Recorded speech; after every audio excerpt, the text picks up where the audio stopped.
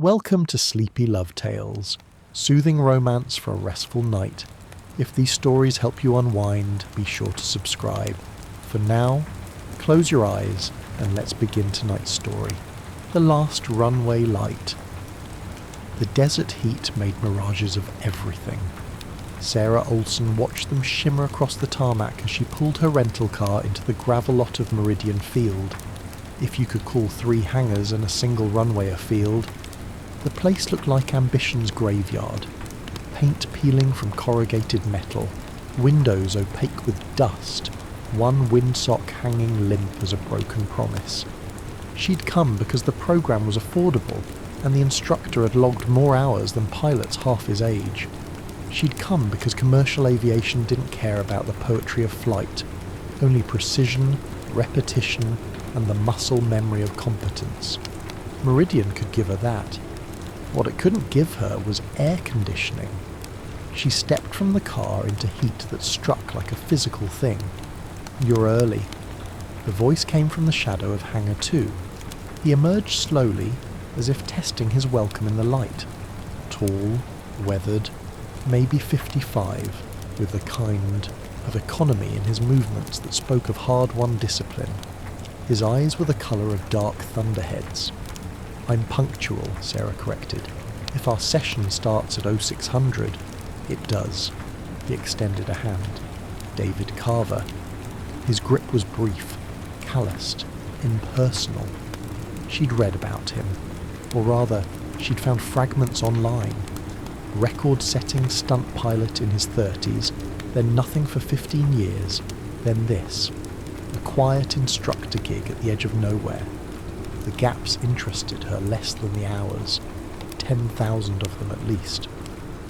"I assume you can follow instructions," he said. "I assume you can give them clearly."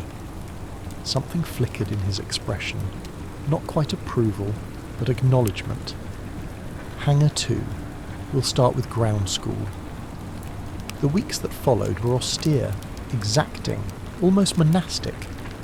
David taught as if flight were a language more precise than words, a grammar of physics, weather, and consequence. He praised nothing and corrected everything. When Sarah executed a perfect crosswind landing on her 3rd solo, he simply said, "Again." She learned to read him in small occurrences. The slight nod when she remembered to clear the pattern, the way he leaned back in the instructor's seat when her radio calls improved, the particular quality of his silence when she got something exactly right. There was a rhythm to their days that felt almost sacred. Dawn broke pink and gold over the desert, and they would be there already. Sarah running her pre-flight check while David reviewed the weather briefing with the same intensity he might bring to scripture. The Cessna 172 they flew was older than Sarah, its panels worn smooth by thousands of hands, but David maintained it with meticulous care. "An aircraft will forgive you many things," he told her during their 2nd week, his hand resting on the cowling, "but neglect isn't one of them." She learned that he'd rebuilt this plane himself over the course of 3 years, learned that he knew every rivet, every seam, every quirk of its particular engine. He taught her to listen, really listen, to the sound of the propeller, the quality of the vibration through the airframe, the subtle music of a machine operating at the edge of its capabilities. "Feel that?" he'd ask, his hand over hers on the yoke as they climbed. "That's the stall warning. Not the horn, before the horn. The way the controls get soft, like they're asking permission instead of responding to command." Sarah felt it. More than that, she began to understand that David was teaching her something beyond the mechanics of flight. He was teaching her to be present, to notice, to develop the kind of attention that meant the difference between competence and mastery. Pre-dawn became their shared country. They met before the sun broke, when the air was still cooperative and the desert offered up coolness like a secret. He made coffee in a battered percolator that looked older than the aircraft. She brought pastries from the highway gas station, which he ate without comment. Words came slowly, if at all, but in the cockpit they spoke fluently, his hand occasionally steadying the yoke when she overcorrected.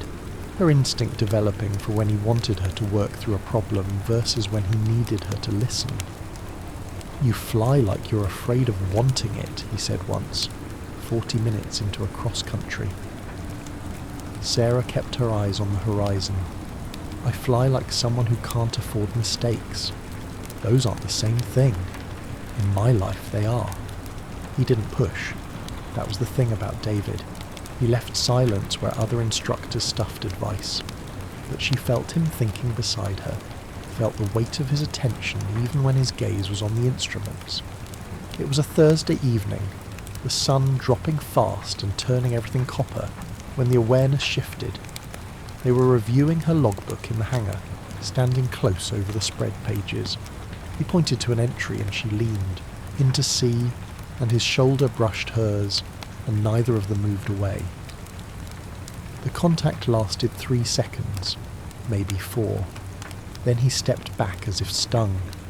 "That's enough for today," he said, his voice rougher than usual.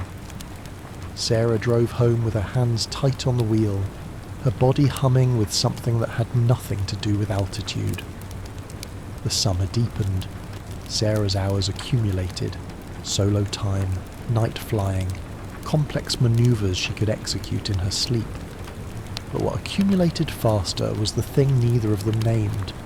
The gravitational pull that existed in proximity, in shared danger, in trust earned at 3,000 feet when the engine coughed, and he'd simply said, "You have it," and watched her bring them down with textbook calm.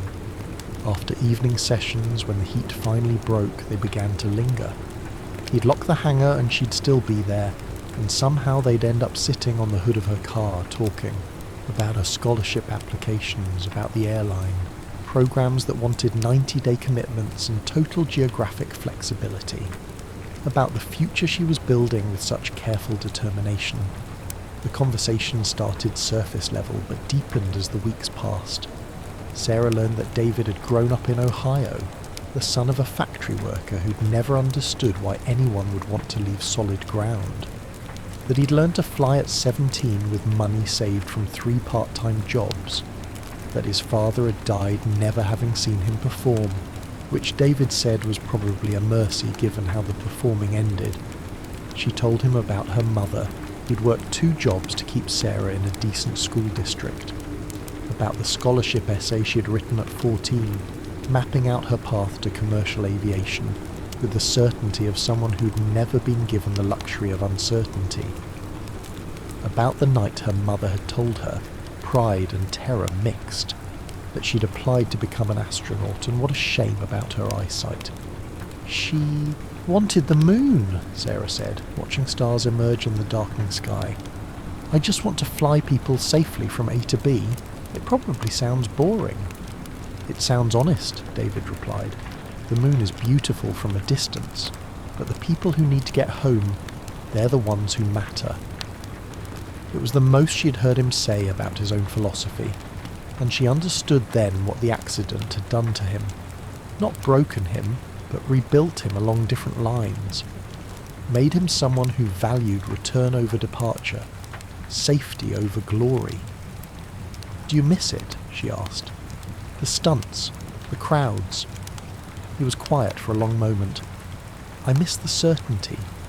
When you're 20 feet off the deck doing a knife-edge pass, there's no room for doubt. You're either perfect or you're dead. It's binary, simple. And now?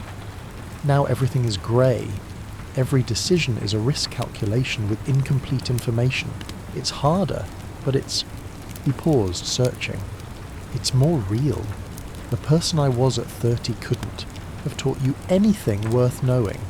He was all reflex and no reflection." Sarah thought about the man beside her. Thoughtful, careful, present in a way that felt like a conscious choice rather than a default state.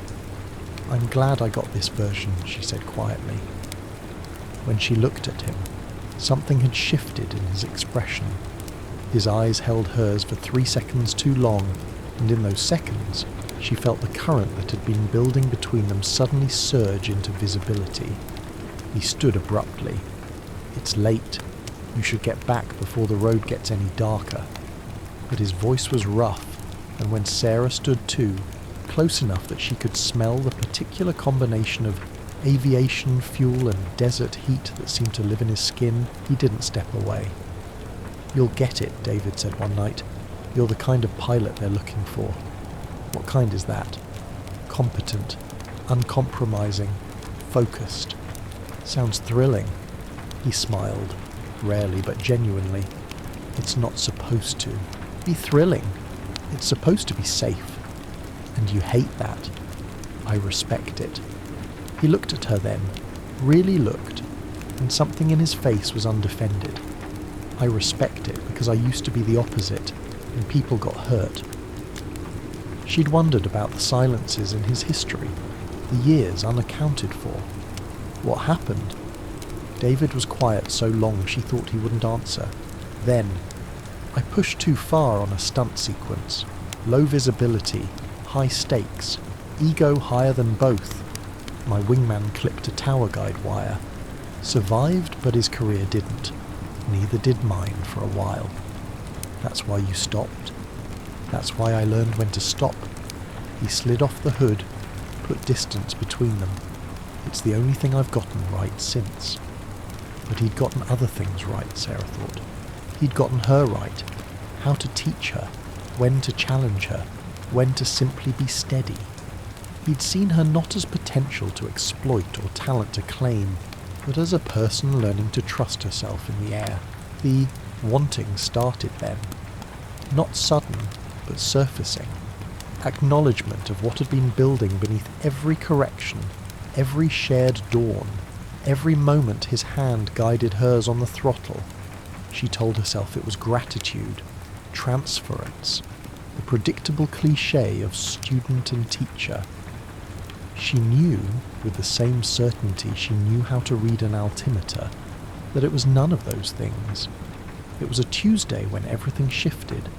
She'd been practicing short field landings, and on the fourth approach, a dust devil materialized out of nowhere, a whirling column that grabbed the aircraft and shook it like a toy. Sarah's hands moved on instinct. Power, rudder, ailerons fighting for authority. For 3 seconds they were passengers. Then she broke through, wings level, and put the plane down hard but safe. "Good," David said when they taxied clear and his voice was shaking. So were her hands. They sat in the aircraft, engine ticking as it cooled. Neither moved. "I thought, Sarah," they started, then stopped. "I know." His hand covered hers on the yoke, just for a moment, just long enough for her to feel his pulse through his palm. "You did exactly right." When they climbed out, her legs were unsteady. He walked around the aircraft, checking for damage with methodical care. She watched his hands move over aluminum and fabric, capable, certain, and felt heat that had nothing to do with the sun. That night, she couldn't sleep. She lay in her rented room and replayed the moment. His hand on hers, his voice rough with something that wasn't just relief.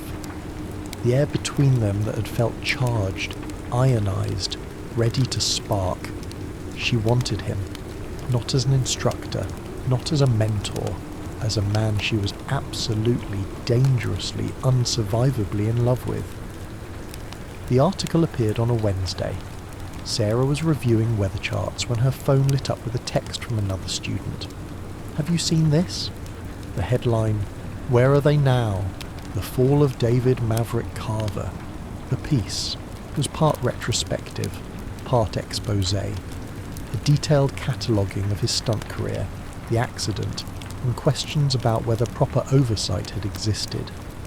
There were insinuations about recklessness, about inadequate safety protocols, about incidents that had been quietly settled, and there was footage, a decades-old video of David pulling a barrel roll 50 feet off the ground, smoke trailing from his aircraft, a crowd screaming in delight.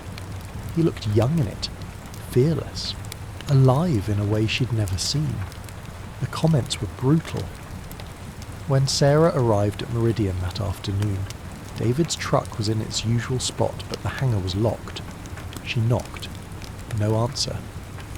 She found him at the far end of the runway, standing alone in the scrub, looking at nothing.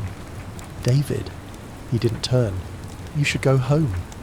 We have a lesson scheduled." "Not anymore." Sarah walked until she stood beside him. Up close she could see the tension in his jaw, the careful blankness of his expression. "One article doesn't... It's not one article." His voice was flat. "The FAA wants documentation I don't have. The insurance company is reviewing my certification. And you..." He finally looked at her. "You need to find another instructor." "I don't want another instructor." "Sarah." Her name was rough in his mouth. "You're 3 months from program applications. You can't afford association with someone whose credentials are being questioned." "Let me decide what I can afford." "No." It was the voice he used when discussing non-negotiable safety limits. "I won't be the reason you lose this. You're not the reason for anything. You're the best instructor I've ever had, and I'm not walking away because someone dug up old footage to generate clicks. This isn't about loyalty." His control was fracturing, something raw showing through. "This is about your future, the one you've worked for. I won't touch it." "You already have," Sarah said, and immediately wished she could pull the words back. His eyes closed. "Then I'm sorry." When she left Meridian that day, she didn't know if she'd ever return. The investigation took 2 weeks. 2 weeks of silence from David, of watching her phone not ring, of lying awake and replaying their last conversation. The FAA found no cause for action. His credentials were solid, his recent record impeccable. The article's innuendo died in the noise of the next news cycle, but the damage was done. Sarah tried calling, texting. She drove to Meridian 3 times and found the place locked. David's truck gone. No sign of life except the desert wind moving through the empty hangars. Other students had scattered to different instructors. The field felt abandoned, the dream half remembered. She finished her hours with a competent professional instructor in Phoenix who praised her skills and asked no questions about where she'd trained before. The lessons were fine, perfectly adequate. She learned nothing and remembered everything. At night she lay in her efficient studio apartment and thought about David's hands-on controls. The way he'd said her name in the cockpit, steady, certain, like an anchor in rough air. The moment on the hood of her car when she'd known, absolutely known, that he felt what she felt and was choosing not to act on it out of some misguided nobility that made her want to scream. She'd been so angry with him, so hurt by his assumption that she couldn't navigate her own risks, make her own choices about what mattered and what didn't. But underneath the anger was something worse, the terrible fear that he was right, that she would look back on this in 10 years, established and successful, and realise she'd dodged a bullet. That the intensity she felt was just proximity and adrenaline, the predictable chemistry of student and instructor, and that David's withdrawal had been the kindest thing he could have done. She didn't believe it, but she feared it might be true. The acceptance letter from Phoenix came on a Tuesday. Sarah stared at it for an hour. This thing she'd wanted since she was young enough to think wanting something was enough to make it happen. 90 days, full immersion, direct pipeline to exactly the career she'd mapped out. She should have been celebrating. Instead, she booked a rental car for Saturday and told no one where she was going. Sarah received her acceptance to the accelerated training program in Phoenix. 90 days, housing included, direct pipeline to regional carrier interviews. It was everything she'd worked for. She was supposed to leave in 5 days. She drove to Meridian on a Saturday unscheduled. The gate was open, but the hangars were dark. For a moment, she thought he'd already gone. Then she saw the light. Not in the hangar, at the end of the runway. The approach light, the one that hadn't worked in months, was burning steady in the dusk. Sarah walked the runway's length. David was standing beneath the light, his toolbox open, looking up at what he'd repaired. "I'm leaving Thursday," she said. He nodded slowly. Phoenix program, I heard. Congratulations. I came to say thank you and goodbye. You don't owe me either. David. She stepped closer, close enough to see the exhaustion in his face, the careful distance he was maintaining. Why did you fix the light? Because it needed fixing. Why tonight? His hands flexed at his sides. Because you deserved a proper runway for your last flight. I'm not flying tonight. I'm here to tell you that you're wrong. About? About protecting me. About deciding what I can handle. Her voice was steady now, certain. About thinking I'd choose career over... She stopped. He was looking at her like a man at the edge of a cliff. Over what? He asked quietly. Over you. The words hung between them, irrevocable. Sarah. Her name was devastation. You have to go to Phoenix. I know. You can't. We can't. I know that too. She closed the last distance between them. But I need you to stop deciding what I'm strong enough to want.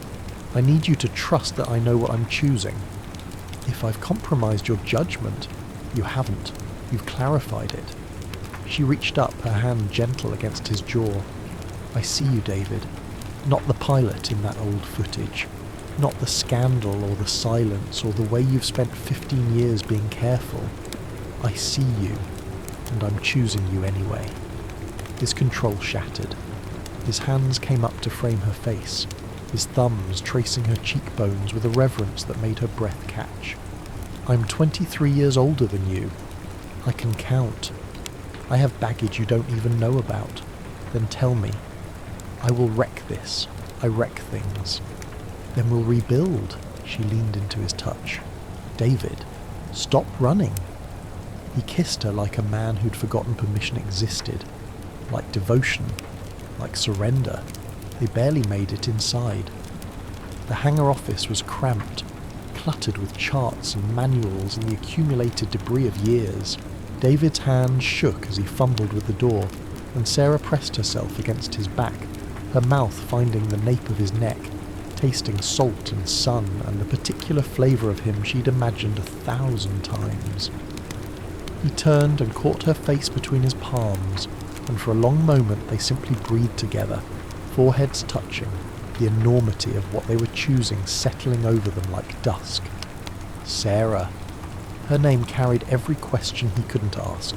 She answered by rising on her toes and kissing him, soft at first, almost chaste, then deeper as she felt him yield.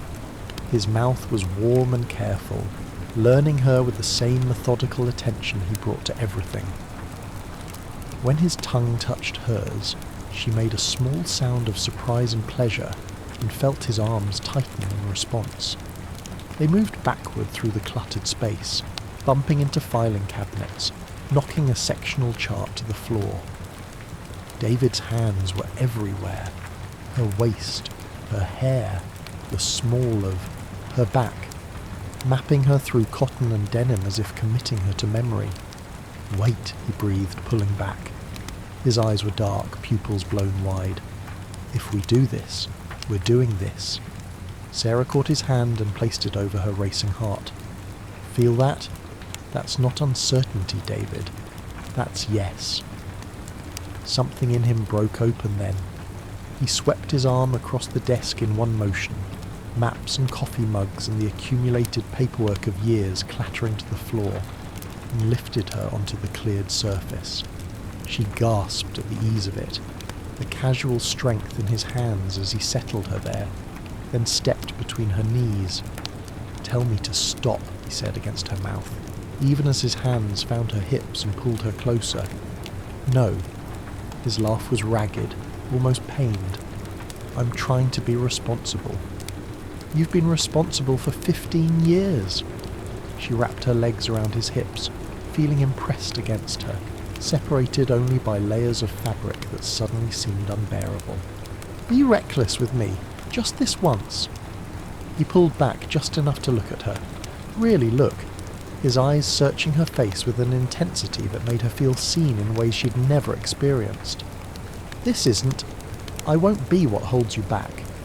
You won't. Sarah caught his face in her hands, feeling the rasp of stubble against her palms, the heat of his skin. Phoenix is still happening. My career is still happening. But David, her voice broke. I can't walk away from you without knowing what this is, without having this. It's everything, he said simply, and the naked honesty in his voice made her chest tight. It's been everything since the day you showed up early and corrected me about punctuality. Then he kissed her again, and the careful distance he'd maintained for months dissolved entirely. His hands found the hem of her shirt and hesitated there, trembling slightly. She answered by reaching down and pulling it over her head herself, dropping it somewhere in the darkness. The look on his face when she sat before him in just her bra and jeans was worth every moment of doubt, every fear, pure wonder mixed with hunger so raw it stole her breath. God, he whispered. Sarah, you're... Touch me, she said, and he did. His palms were rough from work, calloused from years of handling controls and tools, and they felt like revelation against her skin. He traced the line of her collarbone with his thumbs, then lower, following the edge of lace with a reverence that made her shiver. When he bent to press his mouth to the hollow of her neck, she arched into him, her fingers tangling in his hair. Sarah. Her name was prayer and question both. Yes. God. Yes. Please. They shed clothing between kisses, urgent and fumbling and perfect in its imperfection. His shirt came off, and she discovered the topography of him. Shoulders broad from years of physical work, a scar along his ribs he'd never mentioned, the surprising softness of his skin over muscle.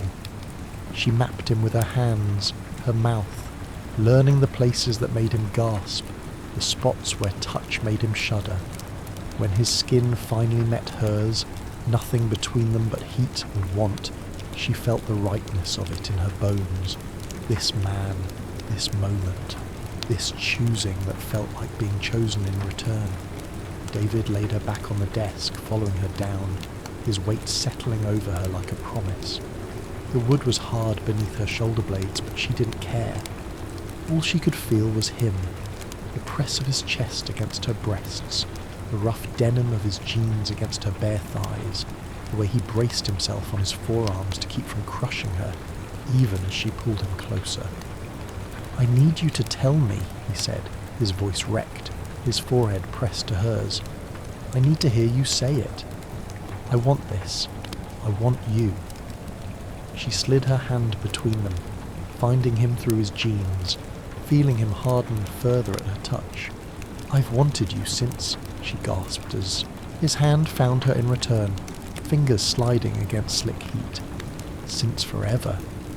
He touched her like he taught her to fly, attentive, responsive, learning through her reactions what made her gasp and what made her arch. His fingers moved with devastating precision, circling and pressing and withdrawing until she was trembling, incoherent, her nails digging into his shoulders. David, please, I know.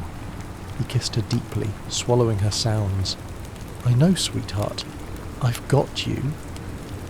When he finally freed himself from his jeans and settled against her, they both went still. Sarah looked up at him.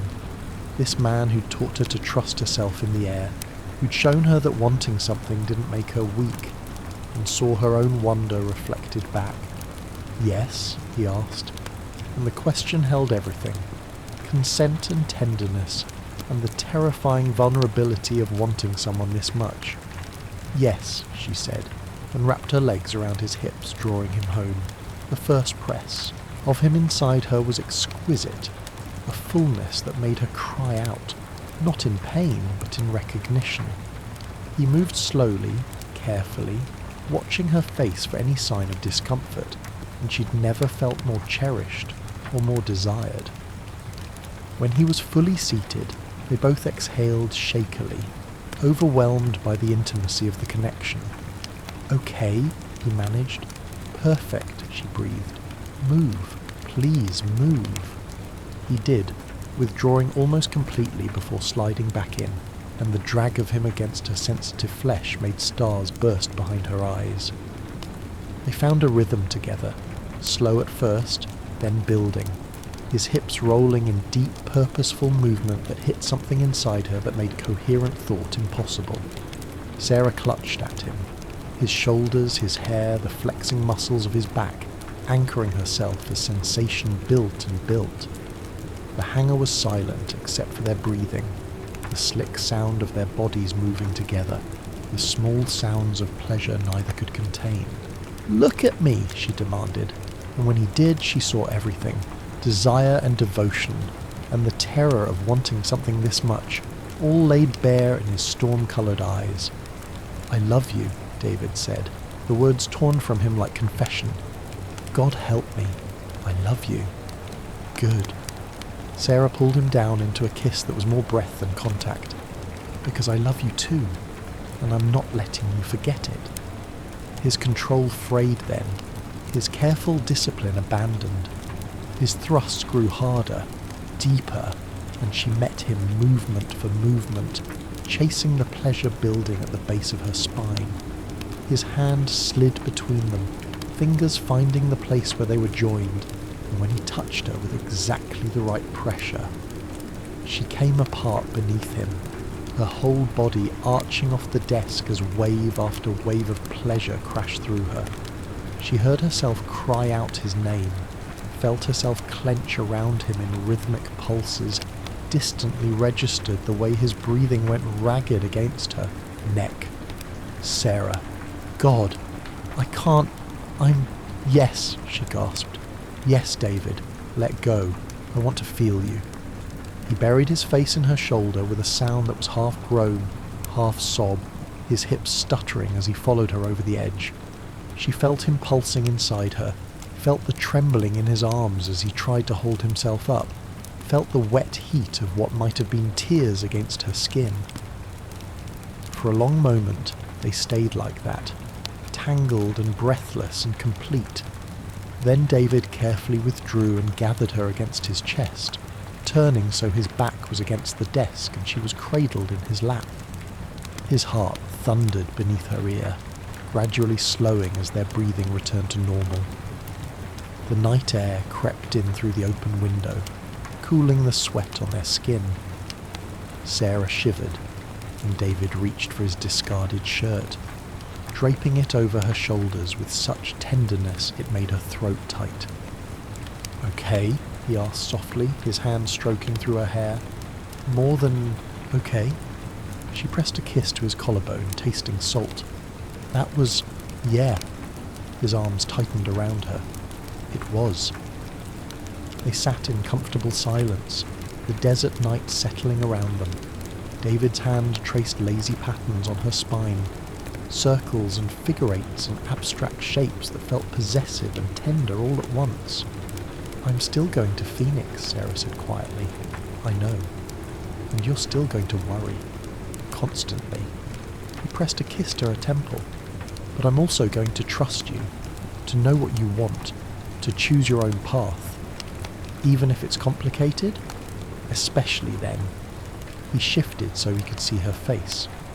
"I spent 15 years avoiding complications. It didn't make me happy, it made me safe. And those aren't the same thing," Sarah smiled. "You sound like a good instructor." "I learned from a brilliant student."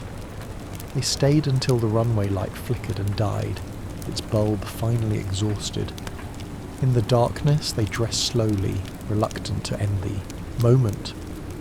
"I'll write," Sarah said, "and call, and in 90 days you'll have your rating and your interviews and you'll be exactly where you're supposed to be." "And where will you be?" David pulled her close one last time. "Here, waiting, for however long it takes." 18 months later, Sarah returned to Meridian Field in a rental car nicer than the one she'd driven as a student. The desert looked the same, bleached and timeless, but she was different. Commercial rating earned. Type certification complete. 200 hours of right seat time at a regional carrier, with a major airline interview scheduled for next month. She'd done it. Everything she'd planned, worked for, sacrifice to achieve. The 90 days in Phoenix had been brutal and perfect. 12-hour days, simulator sessions that tested every limit, check rides that separated the competent from the qualified. She'd aced all of it. Then came the regional carrier, the endless reserve shifts, the nights in crash pads and hotel rooms that all looked identical. She'd flown through thunderstorms and mechanical issues and passengers who treated her like a waitress with wings. She'd loved almost every minute of it. And through it all, David had been there, not hovering, not limiting, but present. Letters that arrived on hard days, his handwriting careful and old-fashioned. Calls that lasted hours, his voice a thread connecting her to something solid while she floated through the transient machinery of commercial aviation. Visits when her schedule allowed, brief and fierce and sustaining. The first time he'd come to see her, 2 months into Phoenix, she'd barely recognised him in the airport crowd. He looked smaller somehow outside of Meridian, out of context. But when he'd smiled at her, that same rare, genuine smile, everything had clicked back into place. They'd learned how to love across distance, how to trust without possession, how to be separate people building separate lives that nonetheless orbited each other with gravitational certainty. It wasn't easy. There were nights she'd wanted to quit, wanted to choose the simpler path of being with him full time, building something conventional and contained. But David had never let her. "You're doing exactly what you're supposed to do," he'd say when she called crying after a particularly brutal training session. "And I'm going to be here when you're ready to come home." Home. Somewhere along the way, Meridian had become that. Not despite her ambitions, but alongside them. Now she was home. The runway light was burning again. A new fixture, LED bright and steady. David had written about installing it, about small improvements to the field, about 2 new students whose hunger reminded him of someone he used to teach. She found him in Hangar 2, elbow deep in an engine rebuild. He looked up when her shadow fell across his workspace, and his whole face transformed. "You're early," he said, that old familiar line. "And punctual," Sarah corrected and walked into his arms. He held her like something precious and hard-won, like coming home. "How was the flight?" he asked into her hair. "Perfect. Textbook. Boring in all the best ways." She pulled back to look at him. "How's the field?" "Surviving, improving. The new light works." "I saw." She touched his face, thumb tracing the lines that had deepened over 18 months. He looked tired, happy, real. "I have 2 weeks before training starts again." 2 weeks? I was thinking... She hesitated, then committed. "I was thinking we could stop being careful." David's eyes darkened. "Define careful. Separate cities, visiting schedules. Acting like this is something I can compartmentalize." Sarah stepped closer. "I want messy, David. I want complicated. I want to figure out how to build a life that includes both flying and you, and I don't care how many logistics that requires. Your career is mine, and it's going exactly where I want it to." She smiled. "Turns out you can be an excellent pilot and in love at the same time. Someone very wise taught me that wanting something doesn't make you weak." "He sounds insufferable." "He is. I'm crazy about him." David kissed her then, slow and thorough and certain. When they broke apart, he was smiling, truly smiling, the kind of joy she'd spent 18 months working to earn. 2 weeks, he said. "We better not waste them." They didn't. They flew together, Sarah in the instructor's seat now, calling out corrections with the same exacting precision David had taught her. They fixed the windsock that had been broken since her first day. They sat under the new runway light and planned logistics, her flying schedule, his teaching commitments, the apartment they could rent halfway between Meridian and her base. It wouldn't be easy, but nothing worth having ever was. On her last night before returning to base, they lay in David's bed above the hangar. windows open to the desert, stars. Sarah's head rested on his chest, his heartbeat steady beneath her ear. "I used to think love would ground me," she said quietly, "that it would be weight I couldn't afford to carry. And now I think it taught me how to land." She tilted her head to look at him. "You taught me that coming back is just as important as taking off, that there's no shame in needing a place to return to." David's arms tightened around her.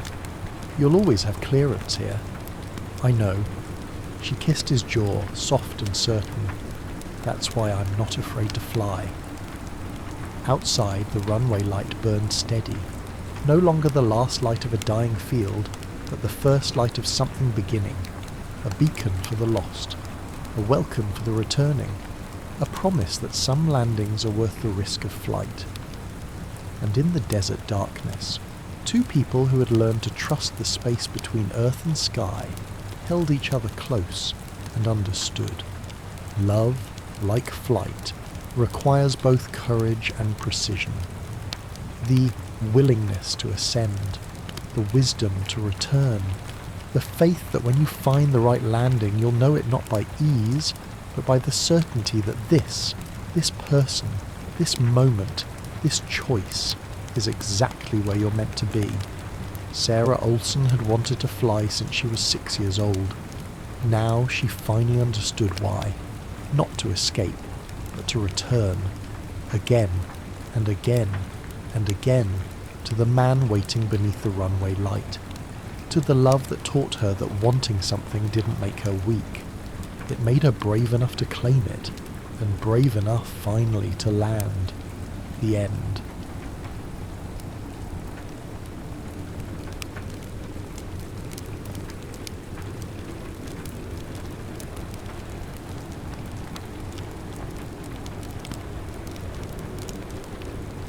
The silence between vows. The wedding was held on a Tuesday morning in March, with no one present but the vicar, his housekeeper, and a gardener called in from the grounds to serve as second witness. Catherine Hale, now Catherine Thornfield, stood in the dim nave of St. Michael's and listened to her own voice make promises she only half believed she would keep. The man beside her spoke his vows with the same studied neutrality one might employ when ordering coal. She'd expected more, not sentiment. She was too practical for that. But perhaps some acknowledgement of the peculiarity of their arrangement. Edmund Thornfield, however, seemed determined to treat the matter as he treated everything, with precision, economy, and an absolute absence of fanfare. When it was finished, he offered her his arm. His grip was firm, impersonal. They walked together into the pale spring light, and Catherine understood that this was how it would be. No romance, no pretense, simply an arrangement between two rational people who had each concluded that solitude was more expensive than compromise. The carriage ride to Ashwood was conducted in near silence. Catherine watched the countryside roll past, hedgerows giving way to open fields, and finally to the long gravel drive lined with chestnuts. The house, when it appeared, was exactly as she'd imagined it from his descriptions. A Georgian manor of moderate size, neither grand nor humble, its facade as carefully maintained as everything else in Edmund Thornfield's life. "Your rooms are in the east wing," he said as they descended. "Mine are in the west. Mrs. Croft will show you. Dinner is at 7. She nodded, and he disappeared into the house ahead of her, his boots clicking against the marble with metronomic regularity. That first evening Catherine ate alone. A note arrived just before 7, brief, apologetic in structure if not in feeling. Business in the greenhouse. She was not to wait. She read it twice, then folded it neatly and placed it beside her plate. The meal was excellent. The solitude was familiar. For 3 weeks this was the pattern. They met at breakfast, where he read correspondence and she reviewed proofs of her latest pamphlet, a sharp critique of property law that had already earned her the enmity of half the county. They exchanged pleasantries. Sometimes he asked about her work. She asked about the orchids. Neither inquired too deeply. But on the 22nd day of their marriage, something shifted. Catherine had gone to the library after breakfast, seeking a volume of parliamentary records. The door was ajar, and through it she saw him, standing before the window with a book open in his hands, though he was not reading. His posture was one of complete stillness, and his face, normally so carefully composed, wore an expression of such profound sorrow that she stopped in the doorway, unable to intrude. The moment passed. He closed the book, returned it to the shelf with his usual deliberation, and only then noticed her presence. "Mrs. Thornfield," he said, when she heard the effort it took to reassemble himself. "I did not expect you. Forgive me, I did not mean to disturb you." He gestured toward the shelves, an invitation to continue her search. Catherine found she could not move, could not pretend she had not seen what she'd seen. "The book," she said carefully. "Was it?" "A volume of poetry, nothing of consequence." The lie sat between them, obvious and oddly vulnerable. "I see," she said, and meant it. She did see. She saw the careful architecture of his restraint and the weight it was built to contain. That evening he appeared at dinner. They spoke of the spring planting, the state of the roads, an article she'd read about education reform. The conversation was unremarkable, but when she rose to leave, he said, "The greenhouse is quite beautiful in the evening light. If you have any interest in horticulture, you would be welcome to visit." It was not quite an invitation. It was not quite an apology. It was, Catherine understood, an opening. The greenhouse became their territory. Catherine went first on a Thursday afternoon, when the light was slanting gold through the glass panes, and the air was thick with the scent of earth and growing things. Edmund was bent over a tray of seedlings, his sleeves rolled back, his hands, usually so clean and controlled, dark with soil. He looked up when she entered, but did not speak. She took this as permission and settled onto a bench near the door, a notebook in her lap. For a quarter of an hour neither acknowledged the other. Then he said, without turning, "The camellia near your left shoulder is diseased. You might move." She looked. The plant was beautiful, its leaves glossy and dark. "It appears healthy to me. Look at the underside of the third leaf from the top. You'll see the discoloration." She did. He was right. A faint mottling, barely, visible. "What will you do?" "Isolate it. Treat the soil. Wait. And if it does not recover?" He was quiet for a moment. "Then I will have learned what I could from the attempt." It was a small exchange, but Catherine found herself returning the next day, and the day after that. Sometimes they spoke. More often they simply existed in parallel, he with his plants, she with her writing. The silence was not uncomfortable. One afternoon in May, she asked him why he'd married. He was repotting a fern, his movements careful and exact. "The house required a mistress. I required," he paused, searching for the word, "order. And I provided that." "You provided the absence of disorder," he said, "which is not the same thing, but serves nearly as well." She should have been offended. Instead, she laughed. "I have been called many things, Mr. Thornfield, but the absence of disorder is perhaps the most accurate." He looked at her, then really looked, and something passed across his face. That might have been amusement. "I suspect," he said slowly, "that you contain a great deal of disorder. You have simply learned to direct it productively." The observation was so unexpected, so precise, that Catherine found herself without a response. She'd spent years cultivating the appearance of certainty, of rational control. To have it seen through so easily was both alarming and oddly exhilarating. That evening they dined together and spoke of politics. She argued for universal suffrage. He countered with concerns about literacy and education. Neither yielded. The debate grew heated, their voices rising, until Mrs. Croft appeared in the doorway with visible alarm. Edmund waved her away. "We're not quarrelling, Mrs. Croft. We're thinking aloud." When the housekeeper left, Catherine said, "You disagree with me, profoundly, and yet you continue to argue." "Because," he said, setting down his glass with unusual care, "your arguments force me to refine my own. I find the exercise valuable." It was the closest he had come to a compliment. Catherine felt something shift in her chest, a loosening of a constraint she had not known she carried. The summer brought heat and lengthening days. Catherine worked in the mornings, wrote furiously through the afternoons, and found herself drawn each evening to the greenhouse, where Edmund tended his plants with the patience of a man who understood that growth could not be rushed. They developed rituals. He would explain the properties of a particular species. She would relate some political absurdity from the newspapers. Sometimes their hands would brush as they both reached for the same volume in the library. Neither acknowledged these moments, but neither pulled away quickly. One evening in July, she found him standing before a particular orchid, his expression troubled. The plant was magnificent, white blooms so perfect they seemed artificial. It was hers, he said, before Catherine could ask. "My wife. My first wife." The word hung in the air between them. Catherine had known he was a widower. The settlement papers had made that clear. But he had never spoken of it, and she had not asked.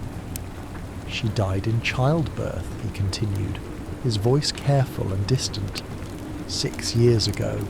The child as well. I'm sorry." She liked to read poetry aloud, badly. She had no sense of metre whatsoever. He touched one of the blooms with a gentleness that made Catherine's throat tighten. I would give a great deal to hear her mangle Wordsworth one more time. Catherine understood then the silence, the precision, the careful maintenance of emotional distance. He had loved completely, and it had destroyed him. "I will not ask that of you," he said, still not looking at her. "I know what our arrangement is.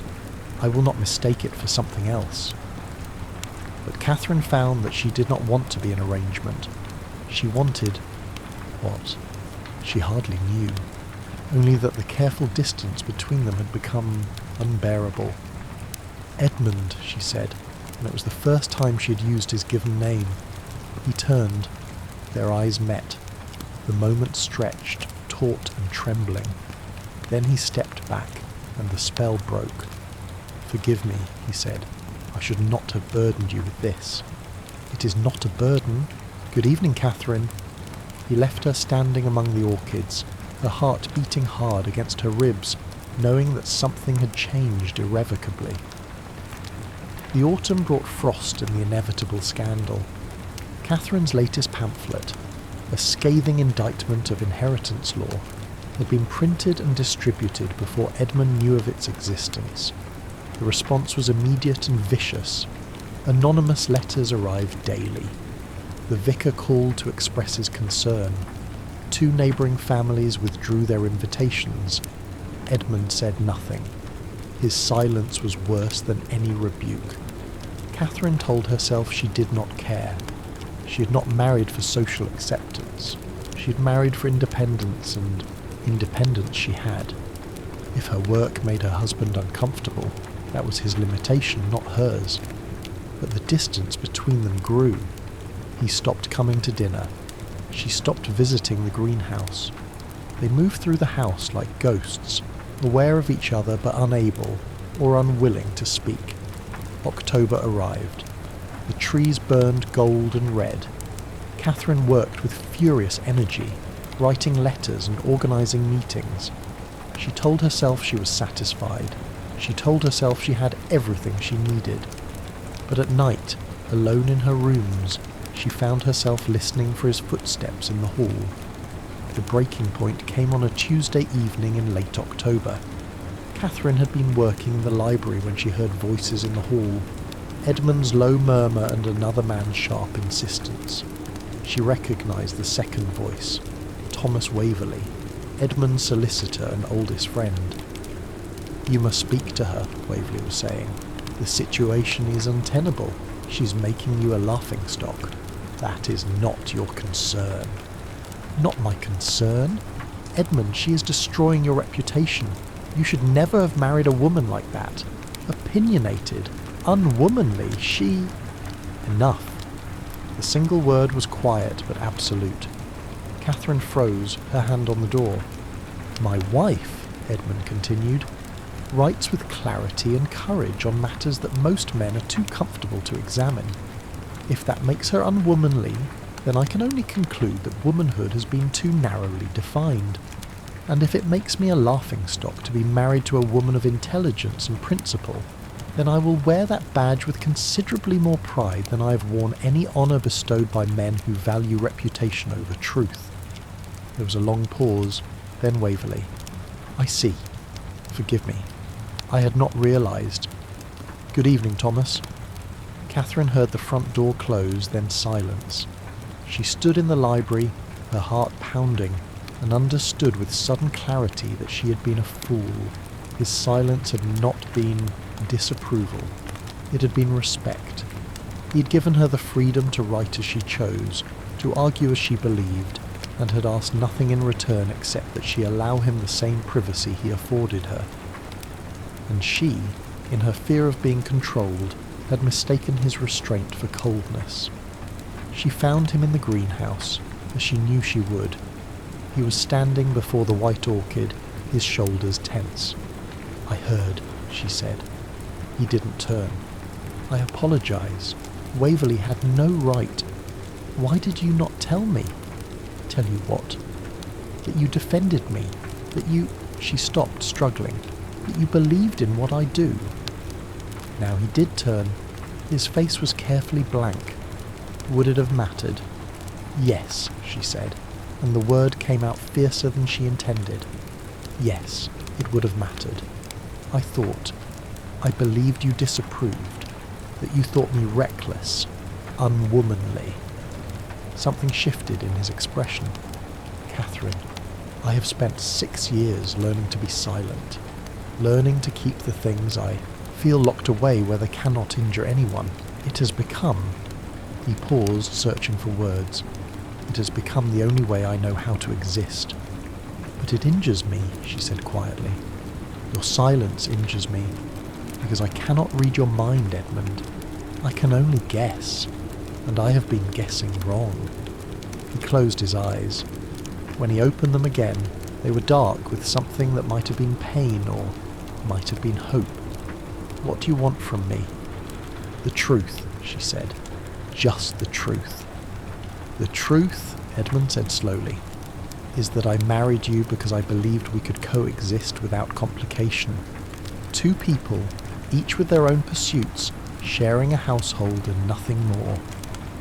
Catherine felt something twist in her chest, but she held his gaze. "The truth," he continued, "is that within a month I realised I had been catastrophically wrong.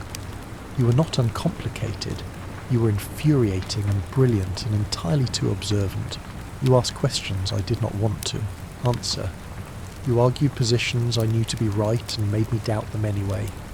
You sat in my greenhouse and wrote words that would change minds, and I found myself watching you instead of my plants." He took a step closer. The air between them seemed to hum. "The truth is that I am terrified, because I loved once completely and lost everything, and I swore I would not love again. But Catherine..." His voice broke slightly. "I find that vows made in grief are easier to speak than to keep." She could not breathe, could not think, could only stand there, trembling, as he closed the remaining distance between them. "I have been silent," he said, "because I did not trust myself to speak. Because once I began, I feared I would not be able to stop, that I would tell you everything, that I would say..." "Say it," she whispered. His hand came up to cup her face, his touch gentle and sure. "That I love you. That I have loved you since the day you told me my argument about land reform was internally inconsistent, and then proceeded to dismantle it point by point. That I love your mind and your courage and the way you refuse to be anything other than exactly who you are. Catherine felt tears on her cheeks and did not care. I thought you married me for order. I married you for order, he agreed. I fell in love with you because you are magnificent chaos barely contained. She laughed, a broken sound, and then his mouth was on hers. The kiss was not gentle. It was 6 months of restraint breaking apart all at once, desperation and relief, and something deeper than either. His hands tangled in her hair. She pulled him closer, needing the solid reality of him, the proof that this was real. When they finally broke apart, both breathing hard, he pressed his forehead to hers. I should have told you, he said, months ago. I should have... Edmund. Yes? Stop talking. She kissed him again, and this time there was no hesitation, no careful restraint, only the two of them, finally honest, finally free. His hands moved to her waist, steadying her, claiming her. The greenhouse was warm around them, the air thick with the scent of earth and blooming things, and Catherine felt as though she were coming apart and being remade all at once. Catherine, he breathed against her mouth, and the way he said her name, rough with want, tender with wonder, made something inside her dissolve entirely. She pulled back just enough to meet his eyes. They were dark, pupils blown wide, and she saw in them the same desperate need that was coursing through her own veins. Take me inside, she said. Please. He needed no further invitation.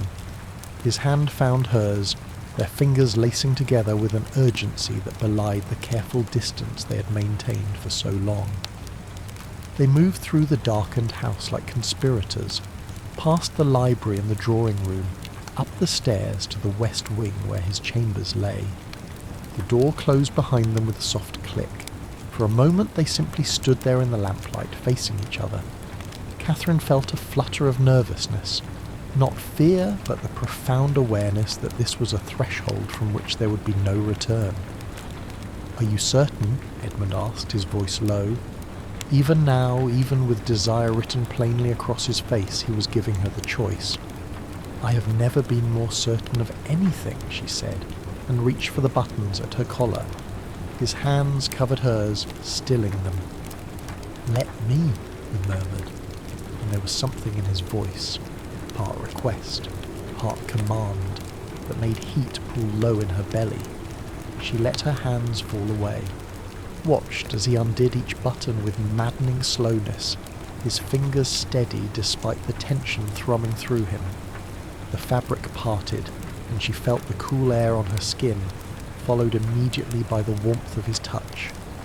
You are extraordinary, he said softly, tracing the line of her collarbone. I have thought so from the first moment I saw you argue with the vicar about tenant rights, she laughed breathlessly. That is possibly the least romantic declaration I have ever heard. And yet it is the truth. His mouth found the hollow of her neck and she gasped. I wanted you then. I have wanted you every day since. His words undid her more thoroughly than his hands ever could. Catherine pulled at his coat, his waistcoat, needing the barrier of cloth gone between them.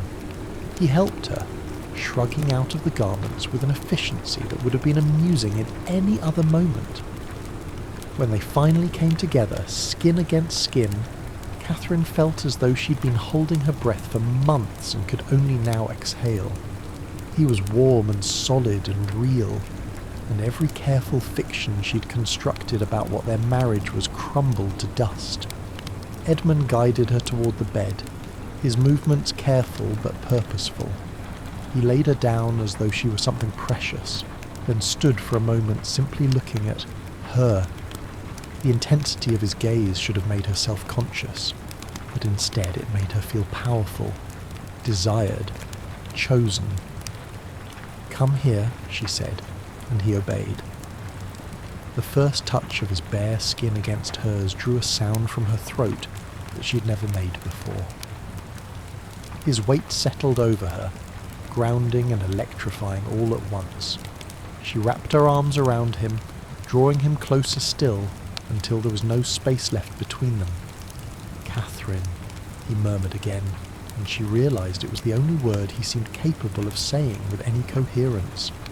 His hands mapped her body with the same careful attention he brought to his plants, learning, discovering, treasuring each response. When his fingers found the place where she ached most, she arched against him with a gasp. The sensation was overwhelming, pleasure so acute it bordered on pain. He watched her face as he touched her, learning what made her breath catch, what made her bite her lip, what made her say his name like a prayer. "Please," she managed, though she was not entirely certain what she was begging for. He understood anyway. His mouth found hers as he positioned himself above her, and when he finally entered her, they both went still. The feeling was foreign and familiar all at once, a joining that felt less like possession and more like completion. There was a moment of adjustment, her body accepting his, and then he began to move, slowly at first, with the same patience he brought to everything. But Catherine found she had no patience left. She lifted her hips to meet his, urging him deeper, faster, until the careful control he prized so highly began to fray. "Catherine!" Her name became a litany, a benediction, a surrender. She felt the tension coiling tighter and tighter within her, pleasure building to an impossible peak. His rhythm grew less measured, more desperate, and she gloried in the knowledge that she had brought him to this, had made him lose the careful restraint that defined him. "Look at me," he commanded, his voice rough. She opened her eyes and found his gaze locked on hers, dark and fierce and utterly present. "I want to see you." The intimacy of it, being seen, truly seen, in this moment of complete vulnerability, was what finally undid her. The pleasure crested and broke, washing through her in waves that left her trembling and gasping his name. She felt him follow moments later, his body shuddering against hers, his face buried in the curve of her neck. For a long moment neither of them moved. Catherine could feel the rapid beat of his heart against her chest, matching the frantic rhythm of her own. His breath was warm on her skin. The weight of him was perfect. Slowly, carefully, he shifted to lie beside her, gathering her against him. His hand traced idle patterns on her shoulder, and she realized with a small shock that he was trembling. "Edmund?" She turned to look at him, concerned. His eyes were bright with unshed tears. "Forgive me," he said quietly. "I had forgotten." He paused, struggling. "I had forgotten what it was to feel this much." Catherine's throat tightened. She touched his face, her thumb brushing away the single tear that had escaped. "There is nothing to forgive," she whispered. "Nothing at all." He caught her hand and pressed a kiss to her palm. "I love you," he said again, and this time the words came easily. "God help me, Catherine. I love you so much it terrifies me." "Then we shall be terrified together," she said, and kissed him softly. "Because I love you too, and I find I have no interest in safety anymore." They lay together in the warm darkness, limbs tangled, barriers finally and irrevocably breached. Outside, the wind moved through the trees. The greenhouse stood silent, its ordered rows bearing witness to the truth Edmund had known all along, that some growth cannot be controlled, only tended, and that love, once rooted, will bloom in its own time. Later, much later, they lay, together in his bed, the moonlight spilling through the windows in silver streams. Catherine's head rested on his chest, and she could hear the steady beat of his heart beneath her ear. "I was afraid," she said quietly. "All my life, I have argued because it was safer than being vulnerable, easier to fight than to admit I wanted." She stopped. "Wanted what?" His fingers traced slow patterns on her shoulder. To be chosen, not for my utility or my silence, but for who I am. All of it. The arguments and the pamphlets and the stubborn refusal to be anything other than myself. He tipped her face up to his. In the moonlight, his expression was tender. Then you were chosen, Catherine. Entirely, irrevocably, with all your magnificent, infuriating, essential self. She kissed him, soft and slow, a promise in the gesture. And you, she said against his mouth, are you chosen as well? By you? His smile was slow and real. Always. Winter settled over Ashwood with unexpected gentleness. Catherine continued to write, and her words continued to provoke. But now, when the inevitable criticism arrived, Edmund read each letter aloud over breakfast, dissecting the arguments with the same precision he applied to botanical taxonomy.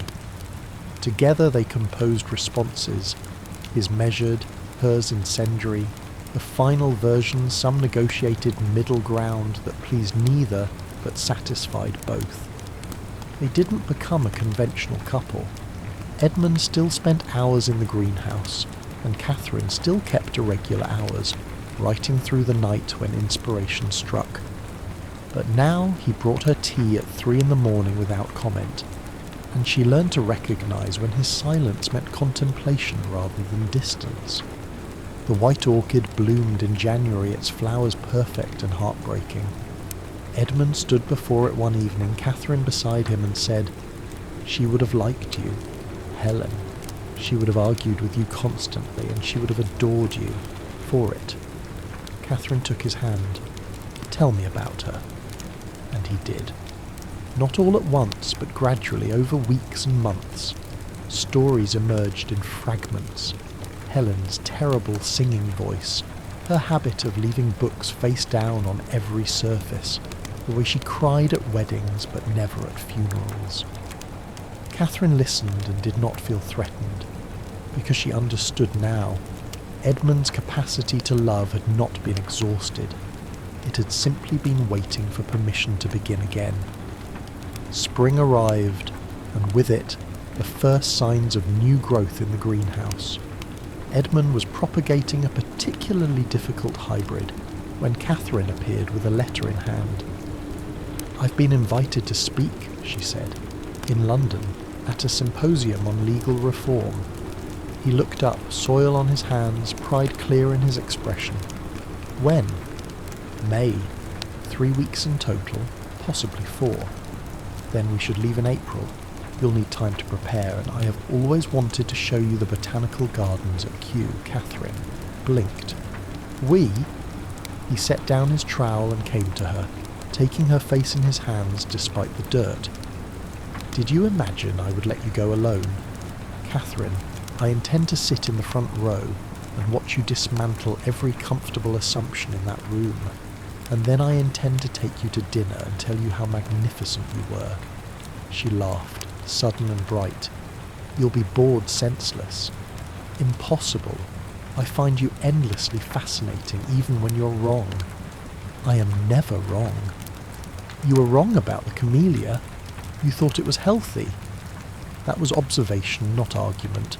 Entirely different category of error. He kissed her, stopping the debate before it could properly begin. When he pulled back, he was smiling, that rare, genuine smile that still made her chest tighten. "I love you," he said simply. The words still felt new, still carried weight, but Catherine no longer feared them. "I love you too," she said, "even though you're impossible." "We're both impossible," he corrected. "It is perhaps our greatest compatibility." That evening, as the light faded to dusk, they worked side by side in the greenhouse. Catherine was proofreading her speech, and Edmund was tending to the new hybrid. The silence between them was comfortable, familiar, full of the 1,000 small intimacies they had built together. Outside, the world continued its complicated turning. There would be more scandals, more arguments, more difficult seasons. But here, in this moment, there was only peace. The silence between vows, Catherine thought, was not emptiness. It was the space where love grew quietly, rooted deep, learning patience, and bloom it would, in its own time, in its own way, irrevocably. The end.